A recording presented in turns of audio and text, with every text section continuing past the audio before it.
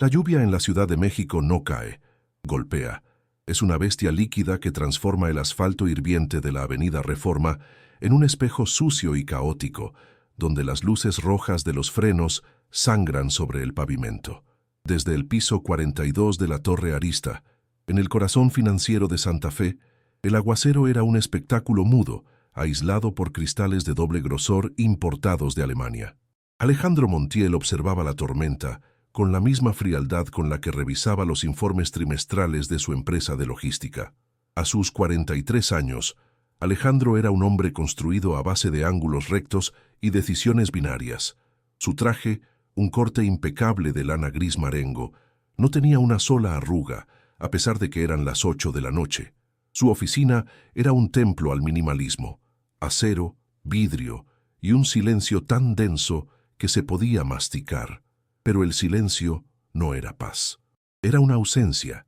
En el sofá de cuero negro, situado en la esquina opuesta de la inmensa oficina, estaba Mateo, 6 años, pequeño para su edad, con el cabello oscuro peinado con una raya lateral demasiado perfecta, obra de la niñera que había renunciado esa misma mañana.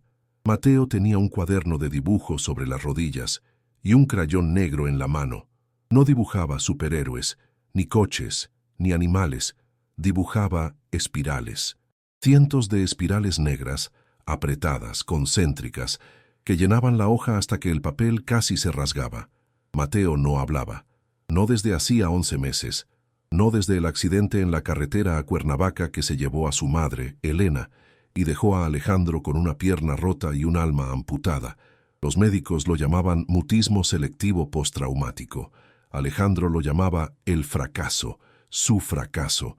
Había contratado a los mejores terapeutas de las Lomas, psicólogos infantiles que cobraban en dólares, neurólogos que escaneaban el cerebro del niño como si fuera un mapa estelar. Nada. El niño era una fortaleza cerrada, y Alejandro, el rey que golpeaba las puertas sin saber la contraseña. «Vámonos, Mateo», dijo Alejandro, guardando su tableta en el maletín. Su voz sonó cansada, carente de esa autoridad que usaba con sus empleados. El niño no levantó la vista. Siguió trazando la espiral. Screech, screech, screech. El sonido de la cera contra el papel era lo único vivo en la habitación. Alejandro sintió esa familiar punzada de irritación mezclada con culpa. Caminó hacia él y le quitó suavemente el crayón. Mateo no protestó. Simplemente dejó caer las manos a los costados como una marioneta a la que le cortan los hilos. «Llegaremos tarde a la cena con tu abuela», insistió Alejandro, extendiendo la mano. Mateo lo miró. Sus ojos eran oscuros, insondables, 2 pozos de petróleo. No había reproche, ni amor, ni odio, solo una quietud aterradora. Tomó la mano de su padre. Su palma estaba fría. Bajaron en el ascensor privado hasta el estacionamiento subterráneo. El mundo de Alejandro era así, de la caja de cristal de la oficina a la caja blindada de su camioneta, y de ahí a la caja de seguridad de su mansión en Bosques. Un circuito cerrado donde el caos de la ciudad, los olores, el ruido y la vida real no podían tocarlo. Pero esa noche, el circuito se rompió. Al salir del elevador en el sótano 2, un olor extraño golpeó a Alejandro. No olía a gasolina, ni a caucho quemado, ni al aire reciclado del aire acondicionado. Olía a tierra mojada, a hierba cortada, a vida. Provenía del área de carga, cerca de los contenedores de basura del edificio. Alejandro frunció el ceño. Odiaba las irregularidades. Caminó hacia su camioneta, arrastrando a Mateo, pero el niño se detuvo en seco. «Mateo, vamos». El niño tiró de la mano de su padre, pero no hacia el coche. Tiraba hacia el rincón oscuro detrás de una columna de concreto, donde una luz fluorescente parpadeaba con un zumbido agónico. Allí, sentada sobre una caja de plástico de leche, estaba una mujer. No debería haber estado allí. El personal de limpieza tenía prohibido descansar en las zonas visibles para los ejecutivos, pero ella no parecía estar descansando. Parecía estar rescatando algo. Tenía el cabello recogido en una trenza desordenada de la que escapaban mechones rizados y oscuros. Llevaba un overol de mezclilla manchado de verde y marrón, y unas botas de trabajo que habían visto mejores tiempos. En sus manos acunaba una maceta rota, una planta, un helecho triste y medio muerto que alguien de las oficinas de arriba había tirado a la basura, descansaba en su regazo. La mujer estaba susurrándole a la planta. Ya sé, te trataron mal, chiquita», decía con una voz ronca, cálida, con ese acento cantado y suave de la costa, quizás de Veracruz. «Te dieron agua de garrafón y te pusieron bajo el aire helado, pero no te preocupes, ahorita te damos un respiro». Sus manos, morenas y fuertes, cubiertas de restos de tierra negra, manipulaban las raíces con una delicadeza quirúrgica. Estaba trasplantando el helecho a una lata vacía de chiles en vinagre que había limpiado. Mateo soltó la mano de Alejandro. «¡Mateo!», siseó Alejandro, dando un paso adelante, pero el niño ya estaba junto a la mujer. Se había agachado frente a ella, ignorando que sus pantalones de colegio inglés se manchaban con la grasa del suelo. La mujer levantó la vista. Tenía ojos color miel, rodeados de finas líneas de expresión que denotaban que reía mucho o que entrecerraba los ojos contra el sol. No había miedo en su mirada al ver al dueño del edificio, solo una curiosidad franca. «Hola», dijo ella sonriendo. Le faltaba un premolar en el lado izquierdo, pero su sonrisa era tan luminosa que iluminaba el sótano gris. «¿Te gustan las plantas, güerito?». Alejandro se tensó. Odiaba que la gente usara familiaridades con su hijo. Se preparó para intervenir, para sacar a Mateo de allí y reprender a la mujer por estar perdiendo el tiempo. Pero entonces Mateo hizo algo que detuvo el corazón de Alejandro. Mateo extendió su dedo índice y tocó con infinita precaución una de las hojas del helecho moribundo. «Está triste», dijo la mujer, asintiendo como si Mateo hubiera hablado. «Extraña el sol». «Las plantas son como la gente, mijo. Si las encierras mucho tiempo en el frío, se les olvida cómo crecer. Pero son tercas. Si les das un poquito de cariño, reviven. Mira». Ella tomó la mano de Mateo. Alejandro dio un paso adelante, alarmado por el contacto físico, la suciedad, la intrusión. «Señorita», empezó Alejandro con su voz de «estás despedida». «Valeria», corrigió ella sin mirarlo, concentrada en guiar el dedo de Mateo hacia la base del tallo. «Me llamo Valeria. Mira aquí, güerito. ¿Sientes eso?». Mateo cerró los ojos. Sus dedos rozaron la tierra húmeda y las raíces expuestas. «Está latiendo», susurró la mujer. «La savia corre despacito, pero corre. Quiere vivir. ¿Me ayudas a ponerle más tierrita?». Alejandro contuvo el aliento. Esperaba que Mateo se alejara, que se limpiara la mano con asco, o que simplemente la ignorara y volviera a su mundo de espirales negras. Mateo asintió, una sola vez, un movimiento casi imperceptible de cabeza. El niño hundió ambas manos en la bolsa de tierra de hoja que Valeria tenía a sus pies. Sus uñas inmaculadas se llenaron de negro. Tomó un puñado de tierra y lo depositó con cuidado alrededor del helecho en la lata de chiles. «Eso es», celebró Valeria, dándole una palmadita en el hombro. «Tienes buena mano, mano fresca, eres jardinero, ¿verdad?». Mateo no sonrió, pero sus hombros, que siempre estaban tensos y elevados hacia las orejas, bajaron 2 centímetros. Alejandro observó la escena, paralizado. Por primera vez en 11 meses, su hijo estaba conectado con algo fuera de su propia cabeza. Estaba tocando el mundo, y el mundo, en la forma de una mujer con overol sucio y una lata de chiles, le estaba respondiendo. «Mateo», llamó Alejandro, esta vez más suave. La magia del momento era frágil y él tenía miedo de romperla, pero también miedo de lo que significaba. «Tenemos que irnos». El niño miró la planta, luego a Valeria. «Te la puedes llevar», dijo ella, empujando la lata hacia él. «Ya la curamos entre los dos. Ahora es tu responsabilidad. Ponla en una ventana donde le dé el sol de la mañana, pero no el del mediodía, que quema. Y háblale. Les gusta el chisme». Mateo abrazó la lata de chiles contra su pecho, manchando su camisa blanca de tierra. Se puso de pie. Alejandro miró a la mujer. Ahora que estaba de pie, vio que era bajita, robusta, con una fuerza tranquila en su postura.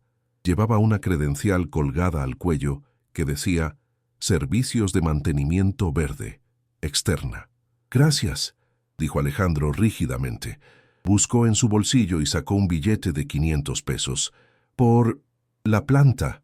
Valeria miró el billete, luego a los ojos de Alejandro. Su expresión cambió. La calidez se enfrió un poco, reemplazada por una dignidad férrea.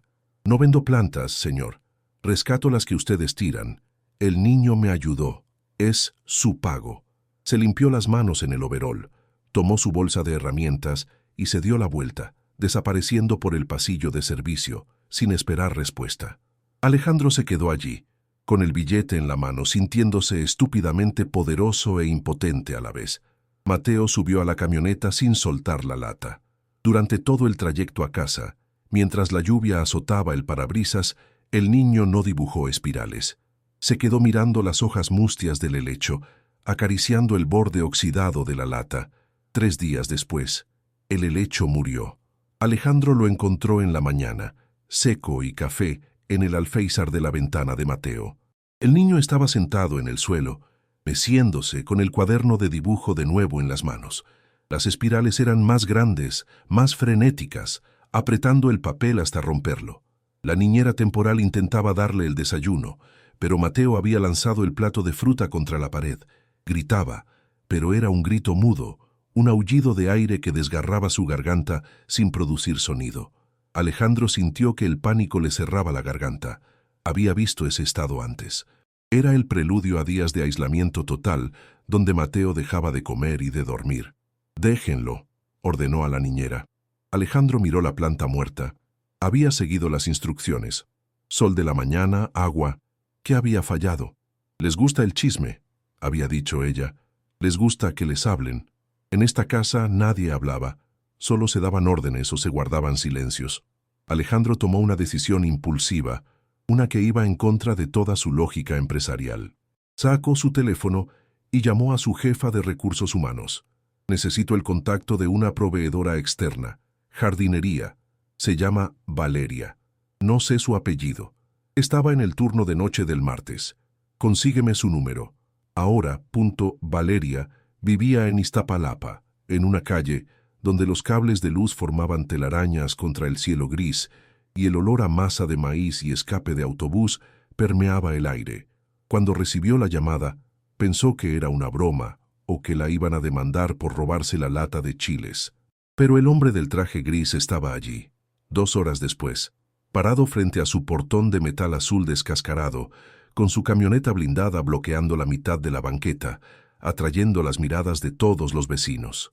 «Señor Montiel», dijo ella, secándose las manos en un trapo de cocina. Llevaba una camiseta de un partido político de hacía 3 elecciones y unos leggings negros. «¿Se le perdió algo por acá?» «Necesito contratarla», dijo Alejandro sin preámbulos. Se sentía ridículo, fuera de lugar, sudando bajo su traje en el calor del mediodía. «Yo ya tengo trabajo, señor. Sus oficinas tienen muchas macetas que se mueren». «No para las oficinas, para mi hijo». Valeria se detuvo. Se recargó en el marco de la puerta, cruzando los brazos. «¿El güerito triste?» «Mateo. Se llama Mateo. La planta se murió. Él está mal. Necesito que venga». «Señor, con todo respeto, yo no soy niñera ni psicóloga. Soy jardinera. Sé de tierra y de plagas, no de niños. Usted hizo en 5 minutos lo que los médicos no han hecho en 1 año». Alejandro bajó la voz, y por primera vez Valeria vio una grieta en su armadura. Vio al padre aterrorizado debajo del ejecutivo arrogante. «Él conectó con usted, o con la tierra. No lo sé. Le pagaré el triple de lo que gana en la empresa. Solo venga a enseñarles a cuidar el jardín». Valeria lo estudió. Vio la desesperación en sus ojos, una desesperación que ella conocía bien. La había visto en el espejo cuando su esposo se fue al norte y nunca volvió, dejándola con deudas y una madre enferma. «No es por el dinero», dijo ella suavemente, «pero si el niño está sufriendo por una planta, eso no está bien. Entonces, voy, pero con mis condiciones. Nada de uniformes, nada de que me escondan en la cocina, y si el niño se quiere ensuciar, se ensucia. La tierra no se trabaja con guantes de seda». Alejandro asintió, tragándose su obsesión por la limpieza. Trato hecho. La mansión de Alejandro en Bosques de las Lomas era un mausoleo de mármol blanco y vidrio. El jardín era inmenso, pero estéril. Pasto cortado al milímetro, setos geométricos que parecían de plástico, y ni una sola flor que se atreviera a crecer fuera de lugar. Valeria llegó el sábado por la mañana. Traía su propia bolsa de herramientas, un sombrero de paja deshilachado y una caja de cartón llena de semillas y esquejes envueltos en periódico húmedo. Mateo la observaba desde la ventana de su cuarto en el segundo piso. Valeria no entró a la casa. Se fue directo a una esquina del jardín donde el sol pegaba fuerte, un rincón olvidado detrás de la caseta de la piscina. Empezó a cavar. No pidió permiso. Simplemente clavó la pala y rompió la perfección del pasto inglés. Alejandro observaba desde la terraza, tenso, con una taza de café en la mano. Quería gritarle que no arruinara el paisajismo. 10 minutos después, la puerta corrediza se abrió. Mateo salió. Caminaba despacio, con la mirada fija en la mujer que destrozaba el jardín. Valeria no levantó la vista. ¿Vas a ayudar o nomás vas a mirar?, preguntó al aire.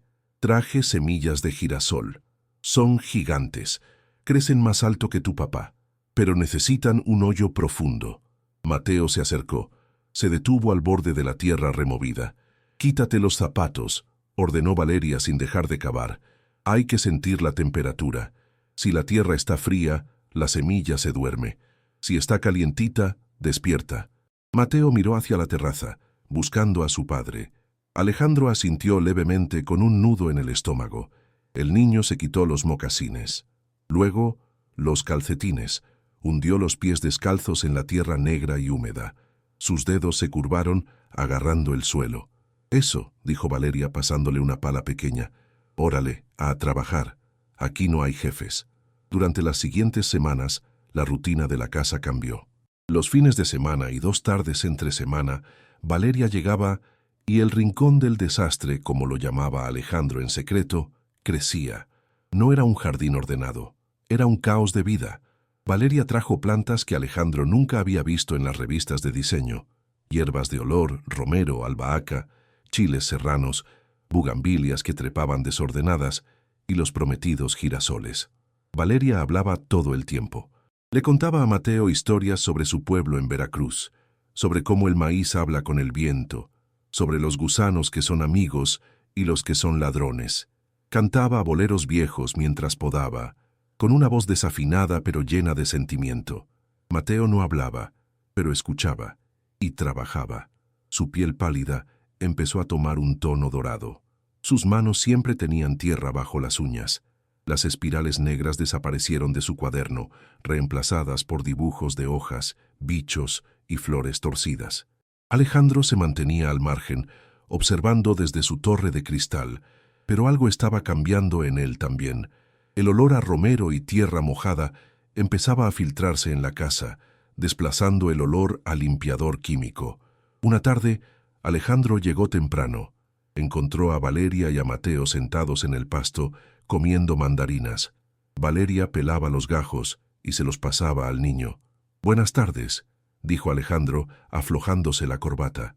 Se sentía un intruso en su propio jardín. «Buenas, don Alejandro», respondió Valeria. Había dejado de decirle señor hacía 2 semanas, y a él, extrañamente, no le molestaba. «Siéntese, el pasto no muerde». Alejandro dudó. Su traje costaba más que el coche de Valeria, pero Mateo lo miró. Por primera vez en un año, lo miró a los ojos y palmeó el pasto a su lado. Alejandro se sentó. La humedad traspasó la lana fina de su pantalón. Valeria le ofreció un gajo de mandarina. «Está dulce. Es de la temporada». Alejandro la tomó. El sabor cítrico explotó en su boca, intenso y real. «Mateo sonrió hoy», dijo Valeria casualmente, mirando hacia los girasoles que ya empezaban a levantar cabeza. El corazón de Alejandro dio un vuelco. «¿De verdad?» «Sí». Encontró una lombriz gorda y se rió porque le hizo cosquillas en la mano. «Ahí va, poco a poco. La tierra cura, don Alejandro. Absorbe la tristeza y la convierte en flor. Es un buen trato». Alejandro miró a la mujer. Tenía una mancha de barro en la mejilla. Sus manos eran ásperas. Era todo lo que él no era. Y sin embargo ella le estaba devolviendo a su hijo. «Gracias, Valeria», dijo él, y esta vez la palabra tenía peso. «No me agradezca. Mejor ayúdenos a regar. Esa manguera pesa mucho para el chamaco». Alejandro se levantó. Se quitó el saco, se arremangó la camisa blanca y tomó la manguera. El agua fría mojó sus zapatos italianos. No le importó. El conflicto llegó 2 meses después, en la forma de doña Teresa, la madre de Alejandro. Una mujer que llevaba sus perlas como si fueran armadura y consideraba que la clase social era una cuestión genética. Era el cumpleaños número 7 de Mateo. Alejandro había planeado una fiesta pequeña, pero Teresa había tomado el control, invitando a socios de la firma, amigos del club de golf y niños con apellidos compuestos que Mateo ni siquiera conocía. El jardín estaba lleno de mesas con manteles de lino blanco. Meseros con guantes servían canapés.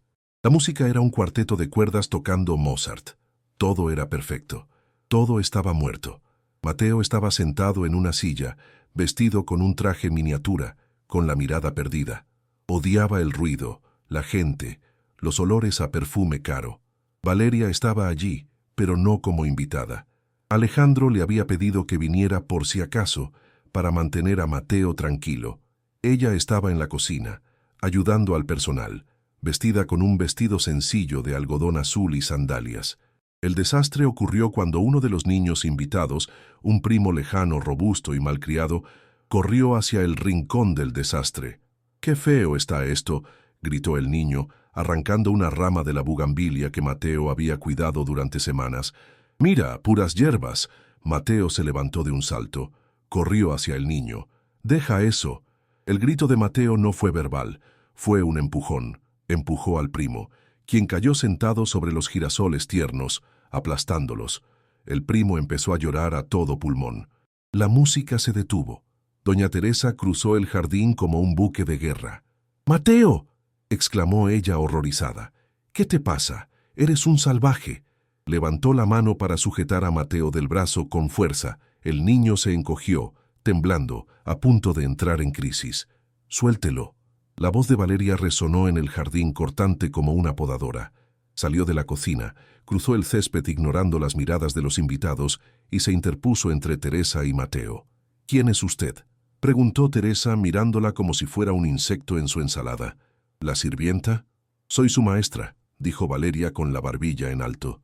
Puso una mano protectora sobre el hombro de Mateo, manchando ligeramente el saco del niño con harina de la cocina. «Alejandro». Teresa se giró hacia su hijo que se acercaba apresurado. «¿Vas a permitir que esta mujer le grite a tu madre y toque a mi nieto? Mira lo que ha hecho. Ha convertido a Mateo en un agresor. Y este jardín es un basurero». El silencio en la fiesta era absoluto. Todos miraban a Alejandro, el gran CEO, el hombre de control. Alejandro miró a su madre, impecable y cruel. Miró a los invitados, juzgando. Luego miró a Valeria. Ella estaba temblando, pero no se movía. Protegía a su hijo con su propio cuerpo. Y miró a Mateo. El niño no estaba llorando. Estaba agarrado de la pierna de Valeria, mirándola con adoración y miedo. Alejandro vio los girasoles aplastados. Vio la vida que habían cultivado juntos, rota por la indiferencia de su mundo. «No es un basurero, madre», dijo Alejandro. Su voz era tranquila, pero resonaba con una autoridad nueva. «Es lo único real en esta casa». Caminó hasta estar junto a Valeria y Mateo. «Y ella no es la sirvienta. Es la única persona que ha sabido escuchar a mi hijo cuando todos nosotros, incluyéndome, estábamos sordos». «Alejandro, estás haciendo el ridículo», siseó Teresa. «Despídela, ahora mismo». «Olvídate de la inversión para la fusión de la empresa». Era una amenaza real. El capital de Teresa era vital para el negocio. Alejandro sintió el vértigo del abismo. Podía perder millones. Podía perder su estatus. Miró a Valeria. Ella le devolvió la mirada, esperando. No le pedía que la salvara. Le pedía que fuera valiente. Alejandro se agachó a la altura de Mateo. «Mateo, ¿tú quieres que Valeria se vaya?». El niño negó con la cabeza violentamente. Sus ojos se llenaron de lágrimas. Abrió la boca. Los labios le temblaron. Parecía que iba a gritar, pero en su lugar salió un susurro ronco, oxidado por el desuso, pero claro. Cuando el último coche de lujo salió de la propiedad, el jardín quedó en silencio, un silencio diferente. No vacío, sino lleno de posibilidades. Alejandro, Valeria y Mateo se quedaron junto a los girasoles rotos. «Se rompieron», dijo Mateo. Su voz era extraña, aguda. Valeria se arrodilló y tocó los tallos fracturados. «Algunos sí, mi amor, pero las raíces están bien». Miró a Alejandro y luego a Mateo. Las raíces son fuertes. Si las cuidamos, volverán a crecer. A veces hay que podar lo que estorba para que entre la luz. Alejandro se aflojó la corbata y la tiró al pasto. Se sentó junto a ellos en la tierra. ¿Me enseñan?, preguntó Alejandro. ¿Me enseñan a arreglarlo? Valeria sonrió. Le faltaba un diente, tenía harina en el vestido y olía a cocina y a tierra. Y a Alejandro le pareció la mujer más hermosa que había visto en su vida. No porque fuera perfecta, sino porque era real.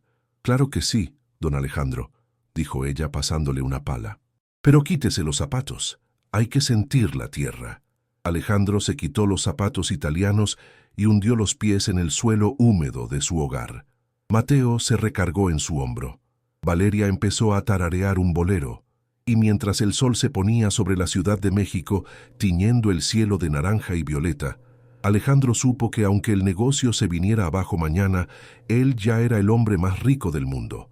No hubo beso de película. No hubo una boda instantánea. Solo hubo 3 personas sentadas en la tierra, con las manos sucias, comenzando la lenta, imperfecta y maravillosa tarea de sanar juntos.